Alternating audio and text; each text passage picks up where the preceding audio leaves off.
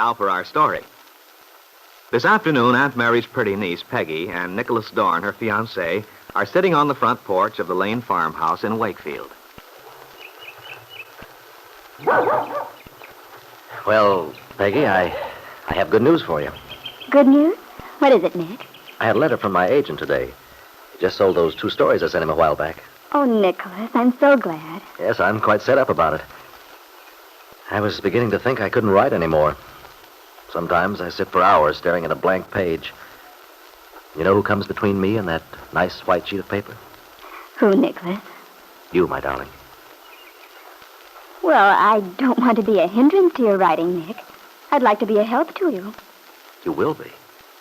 Just knowing we'll be together. Knowing I can walk into a room and see you there. Love's the darndest thing. I certainly never thought I'd feel this way again. But I do. Nicholas, I don't want you to be disappointed in me. And, well, there's so much I don't know. In the first place, I'm an awful dope about writing. You know that. No, you're not. Your tastes aren't quite formed yet, that's all. It'll be all the more fun watching you blossom out. Besides, there are a lot of things you can teach me. You've taught me a lot already. I have? I can't imagine what. Oh, lots of things. Such as? Well, let me see if I can tell you. The way the beginning of spring smells. The wonderful excitement of watching the sunrise. The special little sound you hear if you sit very quietly on a riverbank.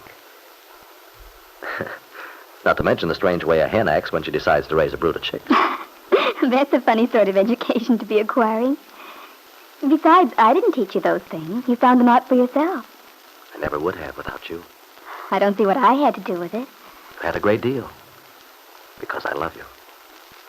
That's the wonderful thing about being in love. Everything is sharper, clearer.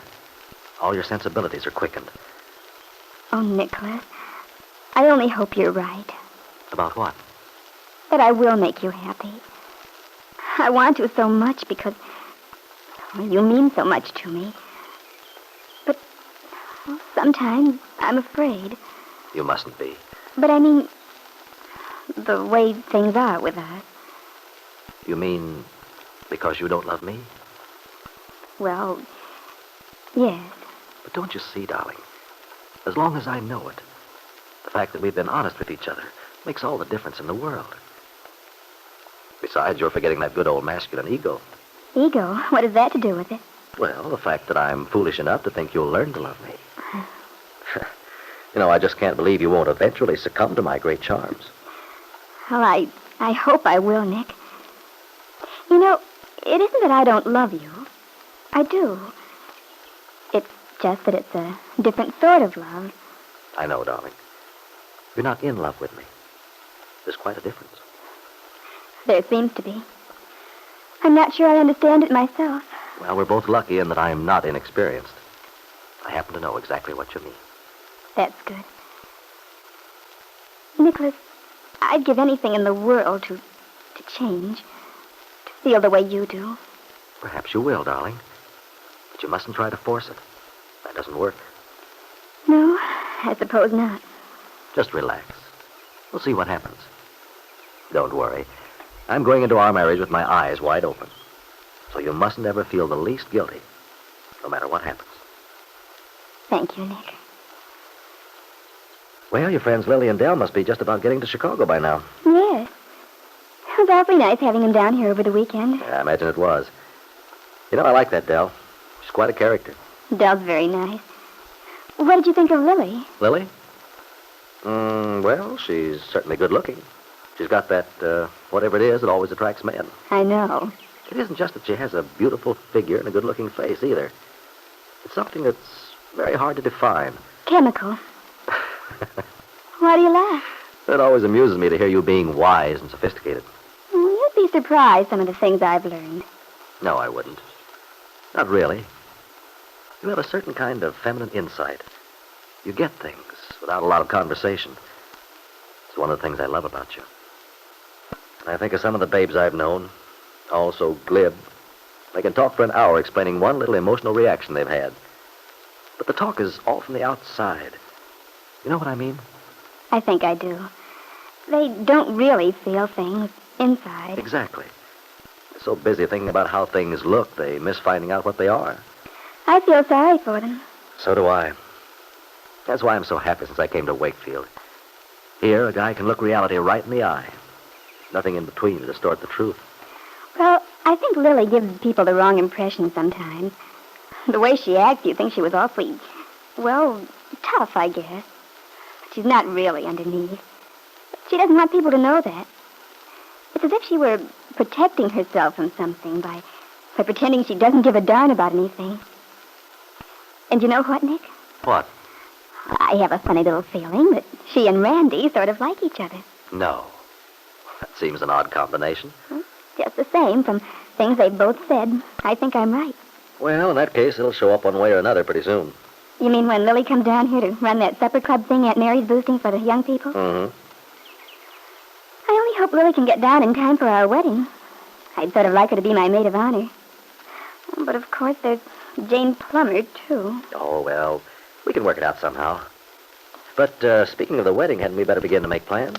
Hi. Oh, hello, Hello. Lefty. You arrived at a very important moment. Oh? Yes, Peggy and I were just about to start making plans for the wedding. Yes, Lefty, and we may need your advice. Fine. I just hope you're going to make a celebration of it this time. Orange blossoms and everything. I want to, Lefty. Only, instead of orange blossoms, maybe I could carry a bouquet of your delphiniums. You might do worse. Except they're kind of large for a bridal bouquet. Well, have you decided when this shindig's going to come off? And the sooner the better for me. What do you think, Peggy? Well, if we're to make an affair of it, we'll need some time to get things ready. How about a month from now? Summer weddings are nice. Maybe we could have a garden wedding. Bring the preacher out here. That might be nice. It'd be a great thing for me. Having my own little Peggy married in my garden. Well, let's think about it then. I'd love it. So would I if it could be arranged.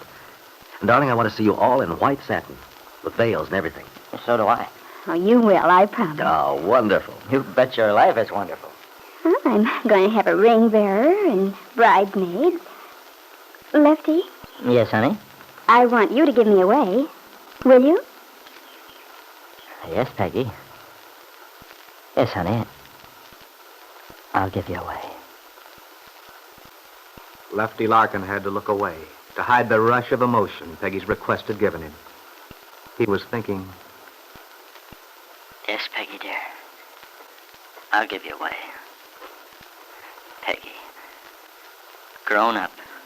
To be married. And she's happy. I know it. Del Shipley's crazy. Trying to tell me I should talk Peggy out of marrying Nicholas. I know what's right and best for my own daughter. My own daughter. And now, she's to be a bride.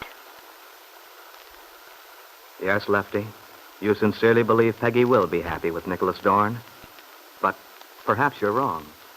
For Del Shipley knows that the baby boy which stands as an obstacle between Peggy and Bill Meade, the man she really loves, is not Bill's child, but is the child of Lisa Fenner. If Peggy knew this, it might make a great difference in her wedding plans. Del is trying to save Peggy, your daughter, Lefty, from great unhappiness. But will she be able to bring the truth out in time?